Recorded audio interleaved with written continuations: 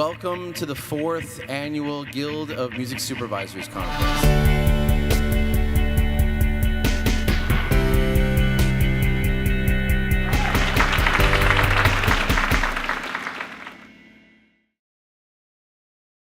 Well, my name is Jennifer Reeve. I'm a music supervisor at Neophonic. And since we have so little time, I'm going to drop it at that. My name is Chris Perez. I'm a partner at Donaldson Califf.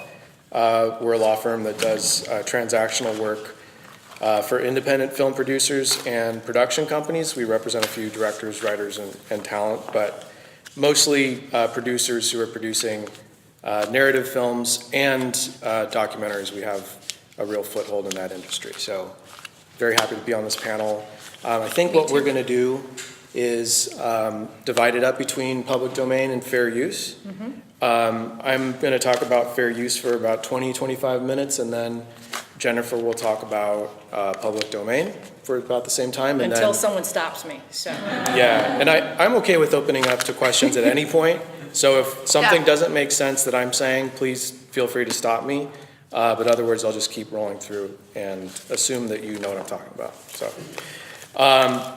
So when you talk about fair use, you really have to start with what copyright law is and what it does, particularly in the United States.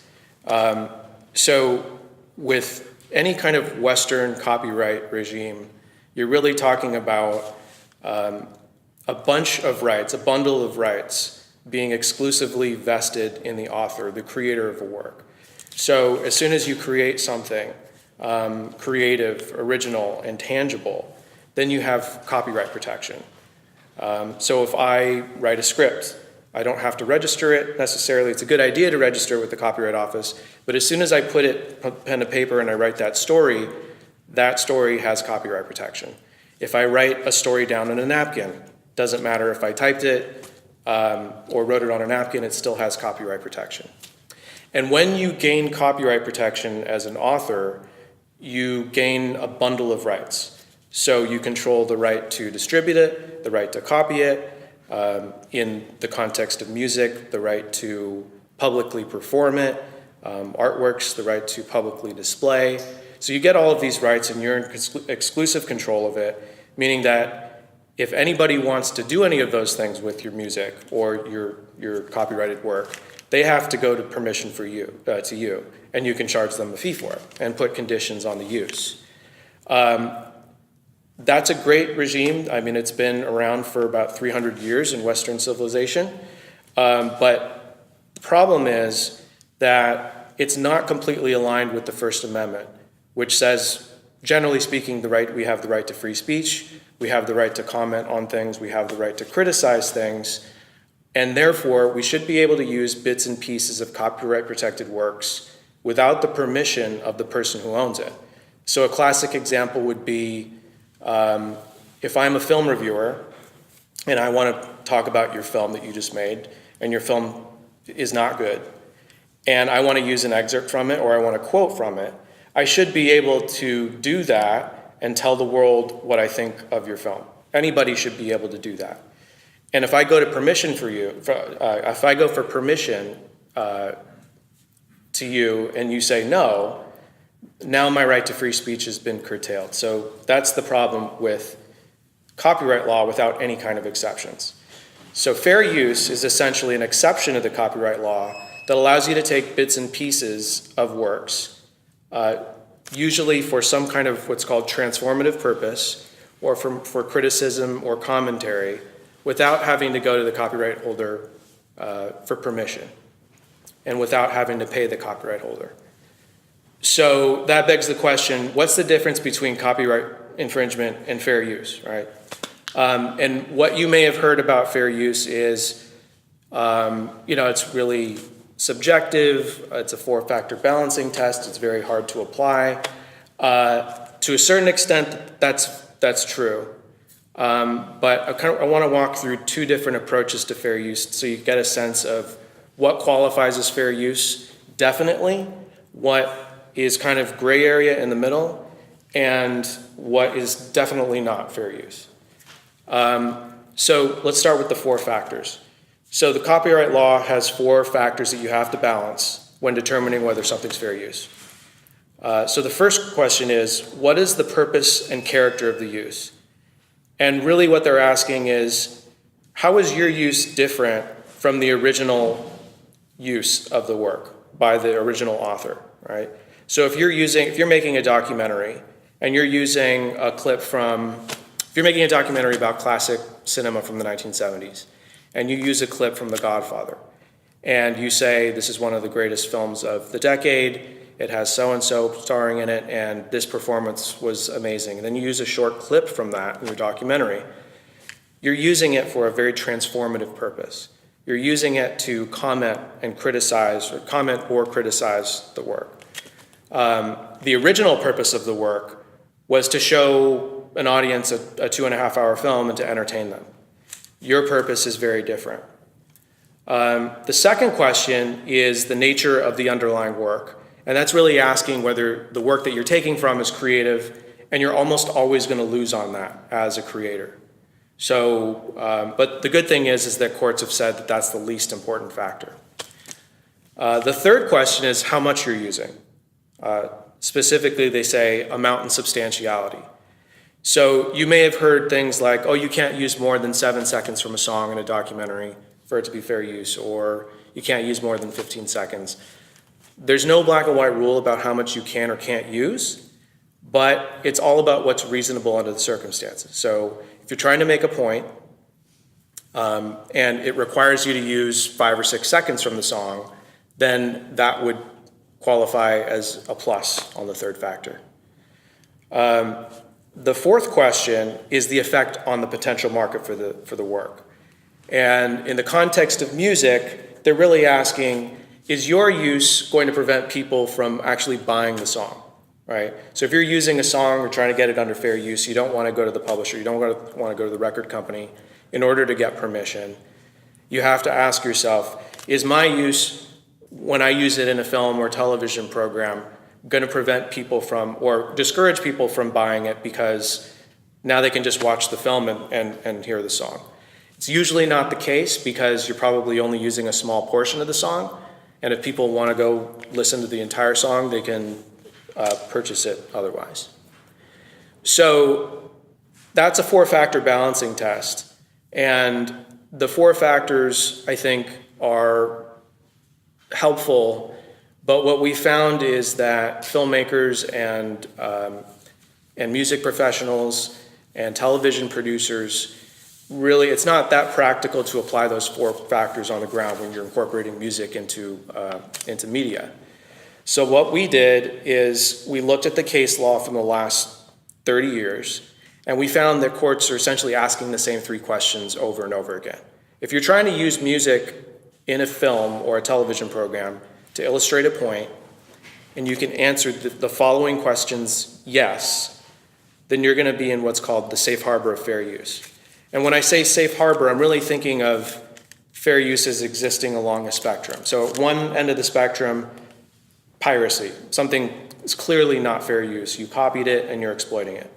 At the other end of the spectrum is what we call the safe harbor, and it's based on the decisions that exist in various courts.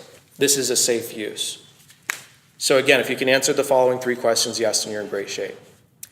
So the first question is, are you using the material to illustrate a point that you're making in your film or program?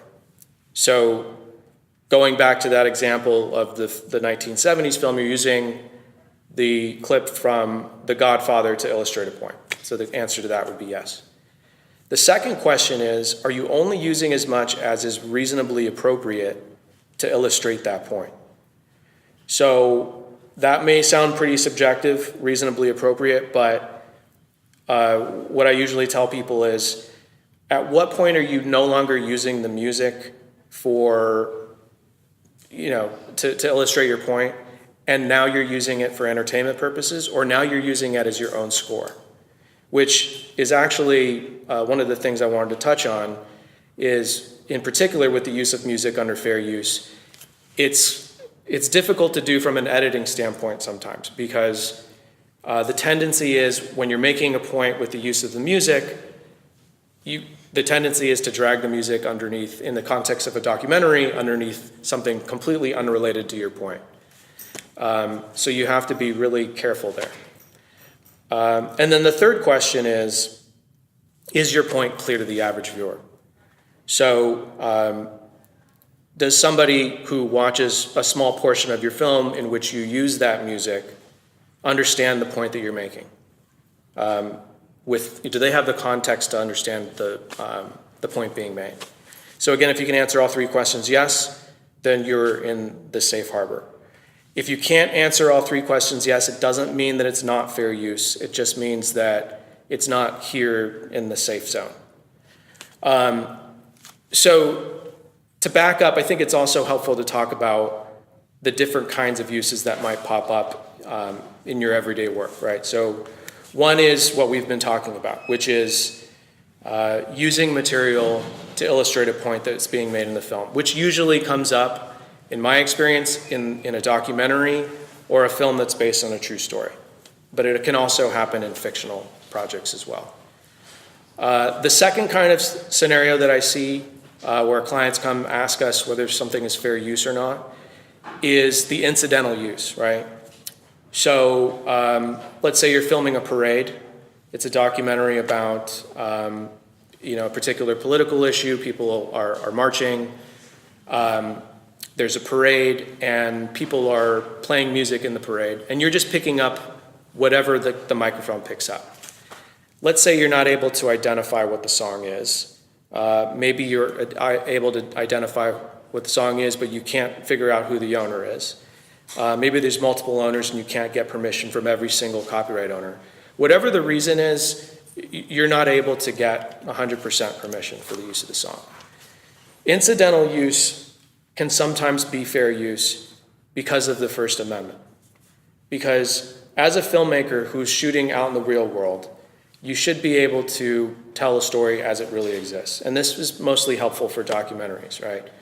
So just as, if you were to shoot, outside the school, you'd pick up a bunch of billboards, you'd see a bunch of logos, people walking by are wearing Nike, Adidas, all sorts of logos. I mean, we live in a world that's saturated with brands and logos and music, right?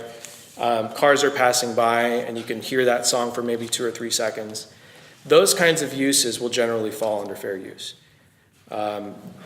Where it's not fair use is where it's not truly incidental, right? Where it's a concert film. You showed up for the purpose of capturing that music, and therefore that's music that should be licensed. Or you replace the incidental music because you don't like the way it sounds and you put in your own master recording. Well, now that's become underscore for your film, and that's something that should always be licensed. Another category of uses that comes up with fair use is parody. And a lot of people will confuse the difference between parody and satire. Both can be okay, both can be unlicensed in certain situations, but a parody is much more protected than a satire. So the main difference between a parody and a satire is, with a satire, you're using a copyright-protected element to comment on something else. With a parody, you're using a copyright-protected element to comment on that copyright-protected work. So there's something about that work that is funny. It doesn't have to be funny, but you're making some kind of commentary on the work itself versus something that's just funny or you want to use this popular song, not because it's relevant to the point that you're making, but because everybody would recognize it as a popular song, right?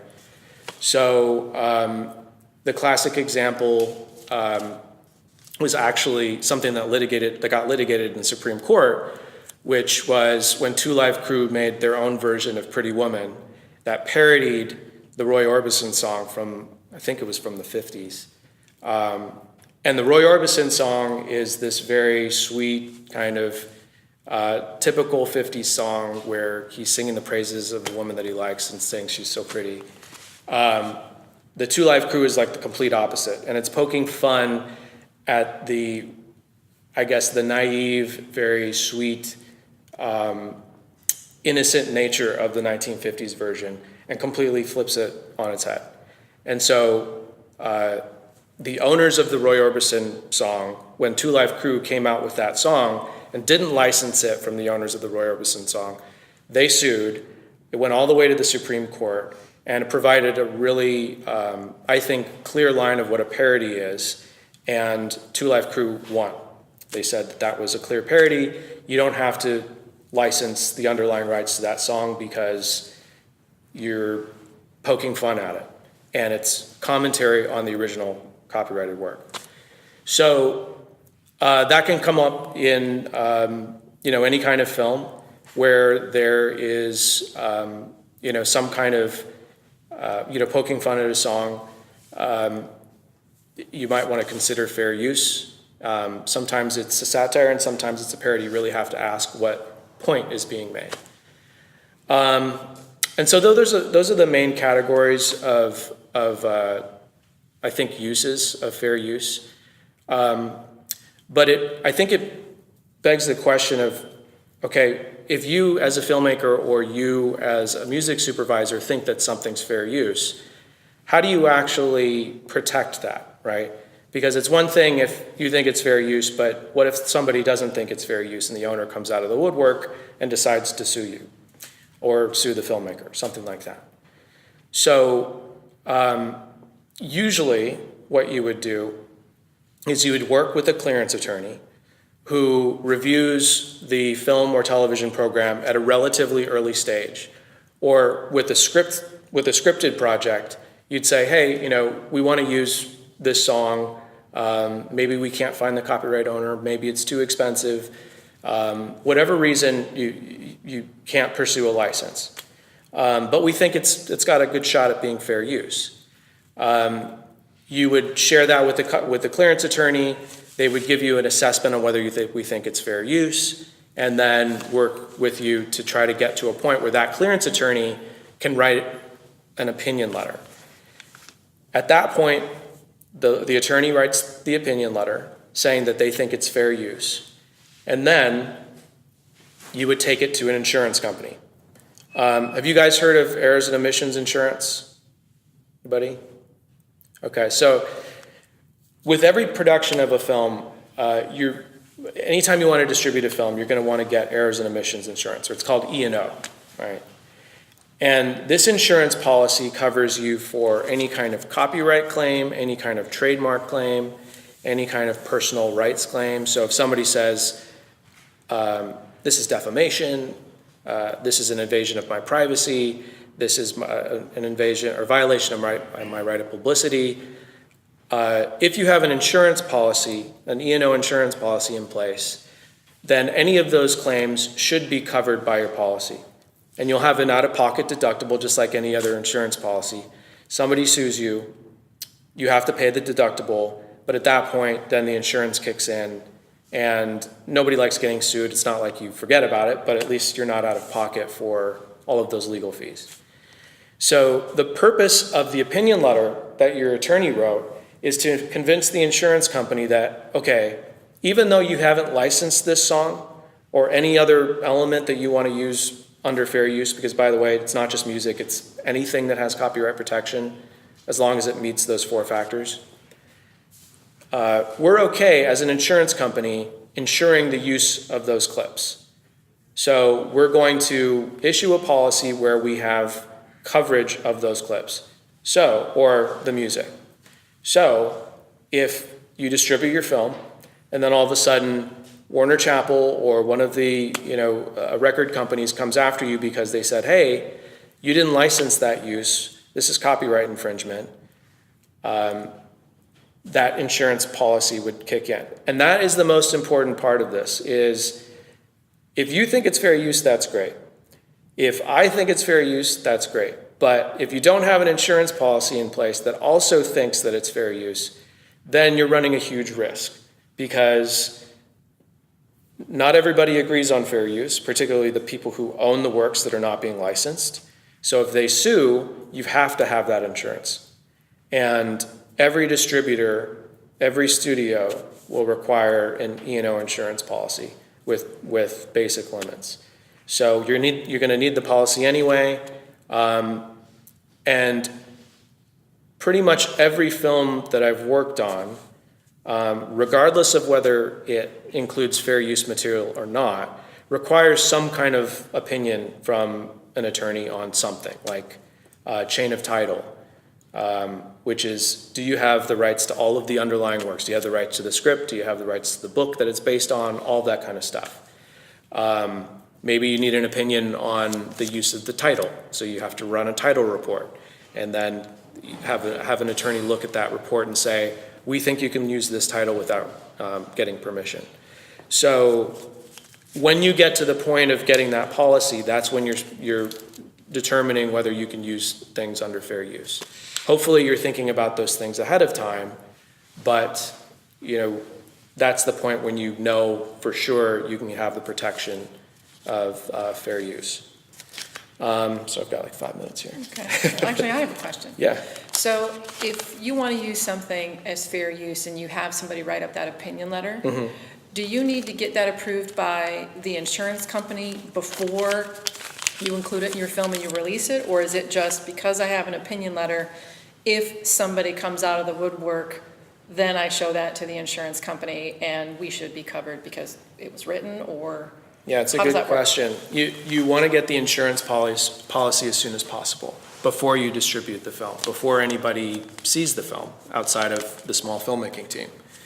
So what will typically happen is, let's say I review the script and I say, okay, I think this is fair use, provided that you send me a copy of the film when you have a rough cut, so that I can confirm that not only is it fair use as it exists on paper, but as I'm seeing it on screen, I still think it's fair use. So then I look at a cut and I update the opinion letter. Simultaneously, the filmmaker is applying for E&O insurance, because you have to get that policy before you distribute the film. And then when they send in the application for insurance, they also send in the opinion letter. okay, so they get it And you ahead get of time. coverage. Okay. Now, the problem, this brings up a good point, because the problem of not having that insurance policy in place before you get a claim is a bad situation. It's just like, medical insurance, where you have a pre-existing Why would condition. I cover you since I know there's Right. a problem? Because on that application, it's a bunch of yes or no questions, and one of the questions is, have you been denied permission from anybody for material that is included in your film? You have to answer yes. You have to disclose that, hey, yeah, Warner Chappell says I can't use this song. They will hopefully look at my letter and say, okay, well, we'll still insure this. But insurance companies are insurance companies, and even if they think that you're in the right and you could legally use a song without licensing it, they think Warner Chappell's going to sue, right? So they'll either decline to quote a policy, or they'll make it a lot more expensive. So it's really important to get that policy in place before any claims come in. So a couple quick things. Fair use, you'll find that when you talk about it with different people in the industry, different people have different levels of comfort with it. And I always encourage people to talk to all of the stakeholders that are involved in the filmmaking process.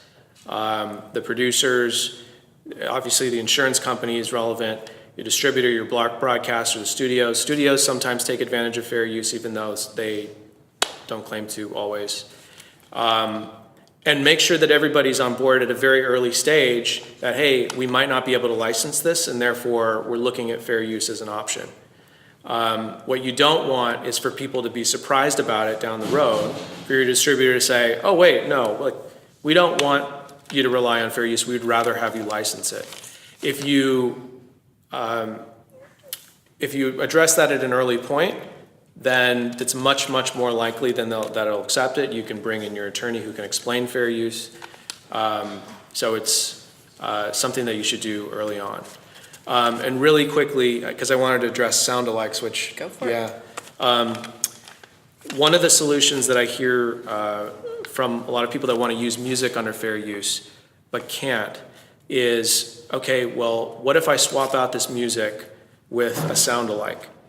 And sound-alike is not a great word to hear when you're an attorney or probably a music supervisor from a legal standpoint, because that means that you're trying to make music or find music that sounds exactly like the music that you can't use. And when people come to me and say, okay, well, can I use this instead of this original song that I can't license? I can't answer that for you because I'm not a musicologist, because that requires somebody to really compare two songs and say, is there a substantial similarity between these two songs to the extent that there's copyright infringement, which is not a very easy analysis. And unless you're a musicologist, you can't really make that decision. So if you're going to create sound-alike music, then it shouldn't really be sound-alike. It should be something that maybe is reminiscent of it or is inspired by, but is really different. It's a different song.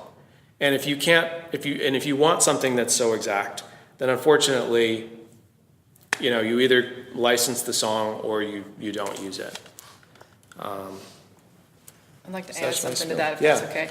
So in terms of sound-alikes, that also works let's say, because when you're out for clearances on a particular song, let's say I want to use a Frank Sinatra master, and I go get the publishing cleared, but I can't afford, or for whatever reason, I can't use the Frank Sinatra master. Quite often a creative will come to me and they'll say, well, why don't we just have somebody record it? It'll sound just like it.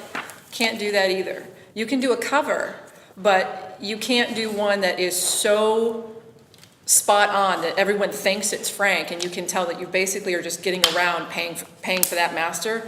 The record label can come after you for that. So I just wanted to separate that out, that, even if you can get one side of the song cleared and you can't get the other, you still can't do a sound-alike where everyone thinks it's Frank. You can get close to it, you can do a cover of it, all of that is allowed, but you can't do something that anybody who heard it would go, oh yeah, you were trying to get around the fact that you couldn't license Frank Sinatra. You're gonna get busted for that. And interestingly, it's not only a copyright issue, but sometimes it's what's called a right of publicity issue. Right of publicity is the unauthorized commercial exploitation of someone's name, voice, or likeness. So that reminds me of a situation where Ford, back in the 80s, Ford Motor Company wanted to do a commercial with Bette Midler singing over it. So they approached Bette Midler's reps. They said, no, we don't want to do a car commercial. And they decided, well, I think we can find somebody who sounds exactly like Bette Midler, then use a song that she's known for. So they licensed the song, but everybody who listened to it thought Bette Midler had done a commercial for Ford. So Bette Midler has a lot of value with, her voice has a lot of value, commercial value, so she sued and she won. And that's not a copyright issue, it's a right of publicity issue. So with the Frank Sinatra example, if you're trying to replicate somebody's voice or likeness and the average person who watches the project thinks that that's Frank Sinatra, then you've got a problem. Yeah. Okay, So that's it. any questions so far? Yeah. Starting with Fair Use Act, how would it work with education, like for example, maybe curriculum? Have like a song that you want to use for music class or something? Yeah. Was that, how far can you use Fair Use Act? You actually have a lot more leeway with educational uses. A lot farther than you can with a commercial work, right? So a lot of people will say, oh, you can't take advantage of fair use because it's a commercial work, because it's a film and everybody's trying to make money. Even with a documentary, most of them are issue films, but even those are trying to make money. It is a consideration in the fair use analysis of whether it's commercial in nature or educational, but it's a small factor if you meet all of the other criteria. With educational, once you're in that bracket, and let's say you're teaching a film, again using the example of great American cinema from the 1970s, you have a lot of leeway to show clips in order to illustrate the point that you're making.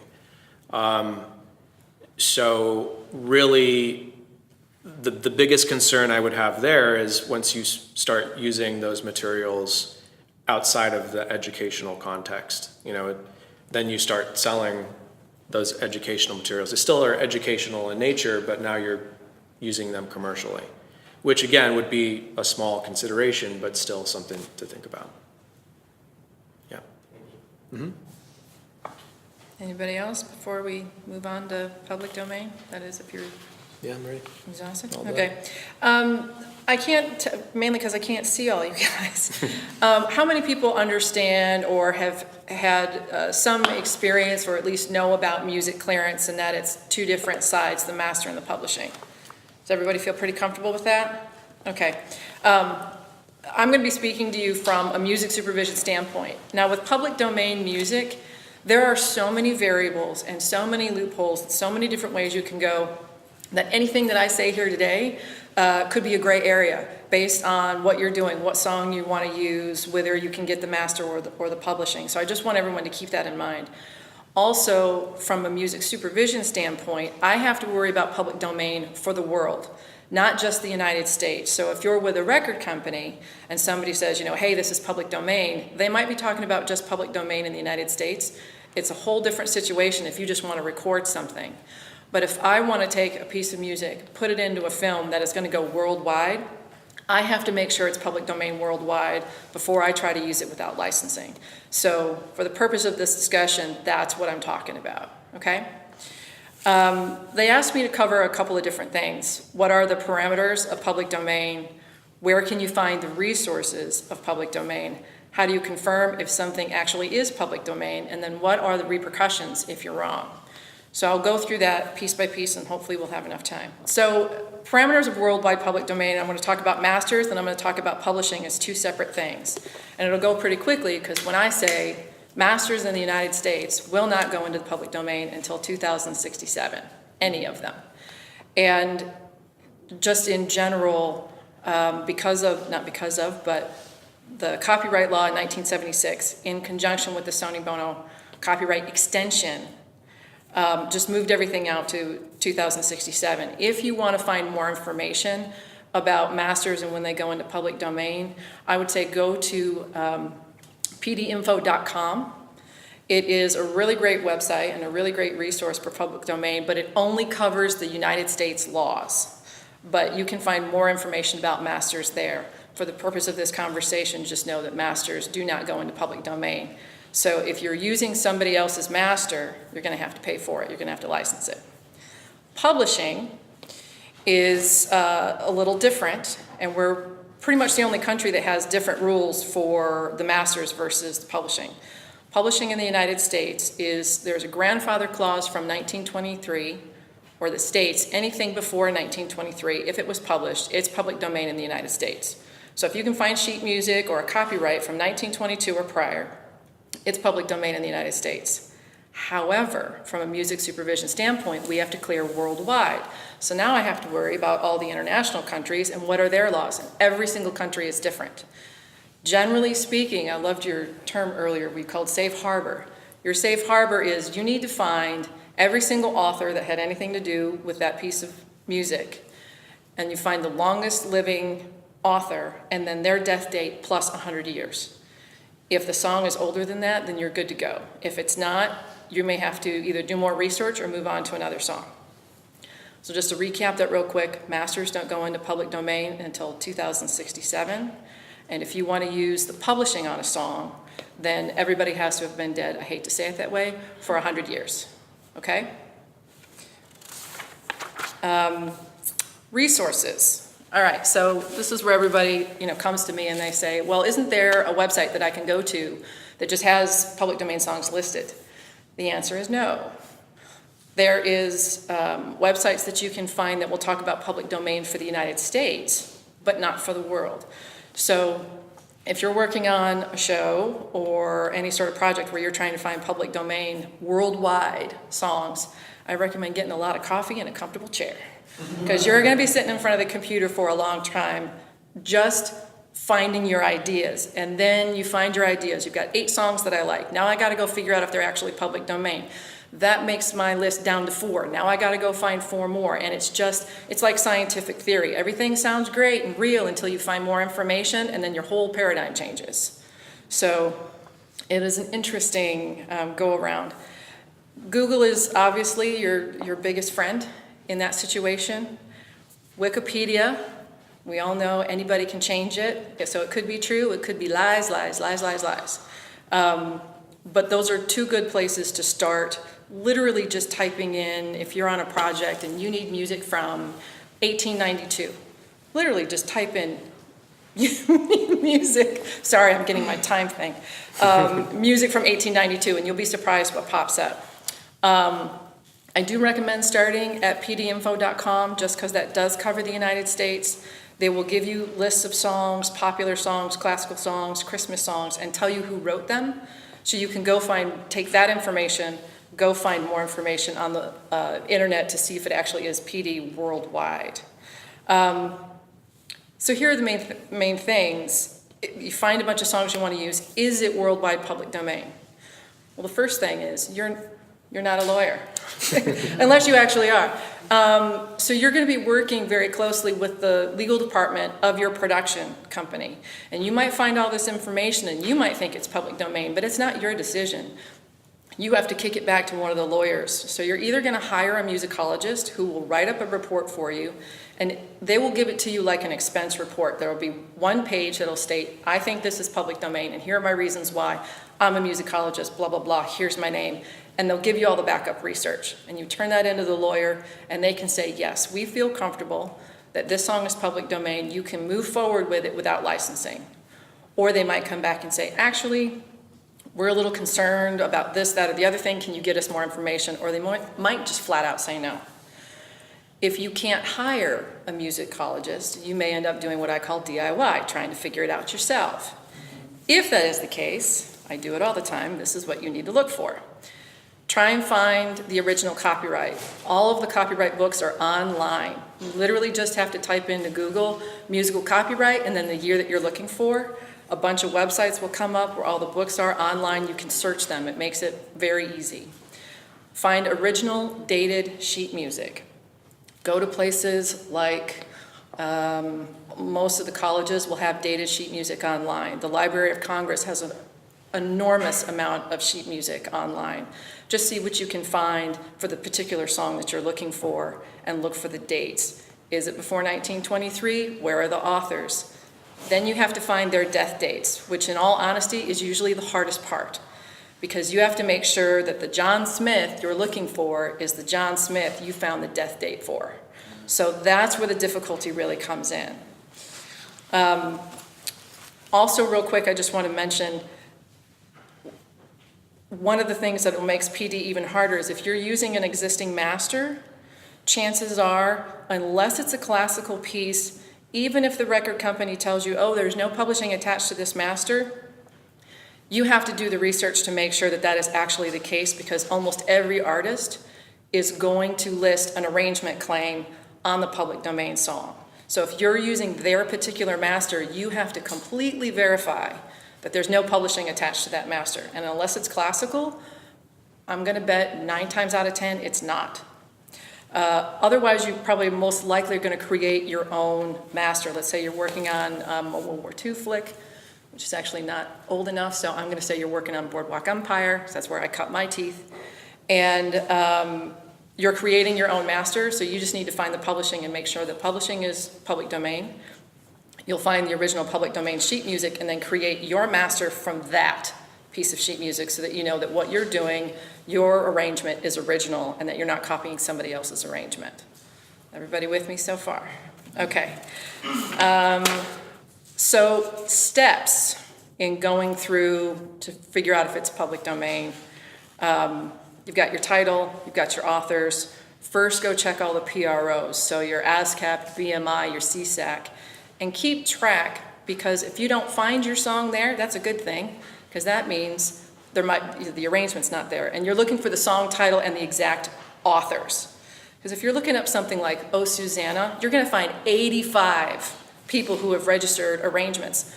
Write that number down. Keep track. How many were there in ASCAP? How many were there in BMI and all the PROs? Because if all of these people are doing arrangements, that helps point toward it probably is public domain, because they wouldn't have been able to do it. We've already talked about pdinfo.com. You can check there, at least for the United States. They may be able to give you some death dates there. Check the copyright books we've already talked about, and online sheet music. So let's go to death dates. That's the hardest part. You can start with Wikipedia, but remember, anybody can change that, and there are mistakes all over the place. And also, Wikipedia sells their information, so be very careful. You need to find a death date from a reputable source. You can start with Wikipedia, where it might tell you John Smith died in 1895. Okay, great. Now you have to go back to Google, John Smith, 1895, comma, death, and see if you can find another page that is reputable that gives you the death date, and know that it is the correct person you're looking for. That is really the hardest part. Places you can go and look are the Songwriters Hall of Fame. They have profiles, and it's different from the list of songs by that writer. You need to find the writer's profile. That's where you'll find some death dates. If the writer was famous, they probably have their own website of some sort. Always check the Encyclopedia, Encyclopedia Britannica, and the Encyclopedia of Music. I've been surprised how often I've found an author that I thought nobody in the world is going to know this person, and that's where I found the death dates. And old newspaper articles. You can always just keep changing the words in Google where you have the guy's name, any information about him, like or her, if they were a professor at Harvard or something like that, so you get the right guy. I've been amazed often. The New York Times has a lot of obituaries for authors, even if they didn't live in New York. If they were of note of the time, their death date might have been noted inside the New York Times. Okay, 10 minutes. So confirmation. Again, we sort of brought this up earlier, is that you are not the lawyer. It is not your decision. You have to take your information to the legal department and say, okay, so this is the guy who wrote it. This is when he died. Here are reputable sources that prove that. This is the dated sheet music, and we're going to create our own version from this piece of sheet music. Are you comfortable with us moving forward? They'll either say yes or no. And if they say yes, great, you can go and get your song recorded and move on. If they say no, and it's something that your creators are saying, we have to have this, then you just have to go keep digging. And digging, you may find out it actually isn't public domain, and you find who owns it. At least then you can license it, but you've got to keep going. The last thing is what happens if everybody agrees that it was public domain, and then somebody comes out of the woodwork and you get the worst phone call you'll ever get in your life as a music supervisor when somebody calls and says, your song or my song is in your show and you didn't license it. Do not panic. There are so many reasons why they may think their song is in the show. You don't have any of the information yet. Having been through one of these phone calls, I'm just saying, like, don't panic. Take down their information. What song is it they think they heard in the show? Who is the writer that's attached to it? Because you're probably talking to an estate and not the person themselves. Find out, was this an arrangement that was attached to a particular master? Like, any information you can find out, and then state very respectfully, I need to speak to my production company. Somebody will get back to you as quickly as possible. One, make sure that happens. Even if somebody is calling them just to say, we're still looking into it, but we're on it, so that they know that someone is taking it seriously. And then do the research on their claim. Is their claim valid? Did they actually hear something that just sounds like something that their estate may have written? I've had phone calls like that as well, where I'm like, no, actually that's a completely different song. A lot of things from back in that time just sounded the same, or something to that effect. And we would have to prove it to them that that is the case. But if someone is calling you, it doesn't necessarily mean that it's true. It just means you have to research it and find out what's going on. But let's say it is true. They've heard a song, it's in your show, it wasn't licensed. What do? You go back to your legal department. If it was something that was claimed as public domain, you talk to them about, as you remember, this was the report I turned in. We had a musicologist look at it. Here's all the information. We all thought it was public domain. We did our due diligence, and that's what you have to prove. How much did you work? How hard did you work to get this done, to find, where all the bodies were buried, so to speak? And if you still didn't find it, and yet this claim is reality, somebody can call that person back and say, we are very sorry, but we did all of this, so let's negotiate and come to terms so that we are respecting your artwork, but also recognizing we did not do this on purpose. It was just a mistake. And I think this stuff happens a lot more than any of us actually think, because it all gets negotiated very respectfully, very quietly, and people just don't know that it happens because, after the fact, it all gets dealt with. The biggest issue, well, I don't want to say the biggest issue, one of the issues that you'll deal with is if it was for a film and there were end credits that they are not a part of. That is something that'll be part of the negotiation that could be difficult just because they want to make sure they get recognized. And unless you can open the film back up and fix that, it's something you just have to negotiate with them to know that we can't do that. But a cue sheet can easily be fixed and submitted to ASCAP and BMI. So if that were to happen, that's when you'd be speaking to the lawyers about the E&O insurance to make sure that you're covered, because chances are if someone's going to come out of the woodwork, it's not going to be right away. It'll be, a year to 2 years when the movie's been out for a while and everybody's watched it, and somebody on the estate sits down to, watch something on Netflix, and they're like, oh, that's my dad's song. And it just starts from there. But don't panic, just get the information and figure it out from there. Any questions? Can't believe I made it, yeah. So with the Sunny Bono extension, Yeah. when is Disney going to be in public domain? When is Disney going to be in public domain? With their team of lawyers, I'm going to go with never. Yeah, they'll probably lobby for another extension. Yeah, I think that's going to be pretty difficult. Still get another extension after? Well, I mean, they were lobbying for a change to the law, and they got it. So they could probably lobby for another change to the law and keep doing it. Yeah. I think there's some more hands up in the back. Yeah. You said you worked on Boardwalk Empire. I was not the music supervisor. I was the clearance and, I like to say musicologist person because I helped them figure out. So Randy Poster, I don't know if you guys know him, is a super, super big music supervisor, and he's really great to work with.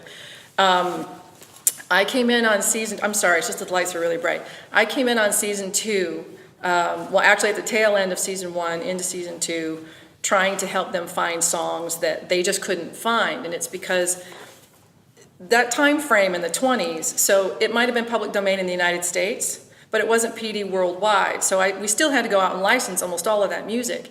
The problem is finding it, because ASCAP, BMI, and all the PROs are only watching music that is still underneath copyright inside the United States, which means I had to go find sheet music for all of anything they wanted to use. If it was public domain in the United States, I had to go find the sheet music, find the publisher stamp, and then figure out who owned that catalog now. And when I first got started, I can't tell you how many times I would make a phone call to a publisher and say, hey, so we want to use this song. It looks like you own it. And they would say, nope, we don't own it. It's not in our database. And I would have to say, well, I'm pretty sure you own it. Do you mind checking with copyright? I know it's not in the database, but do you mind checking with copyright?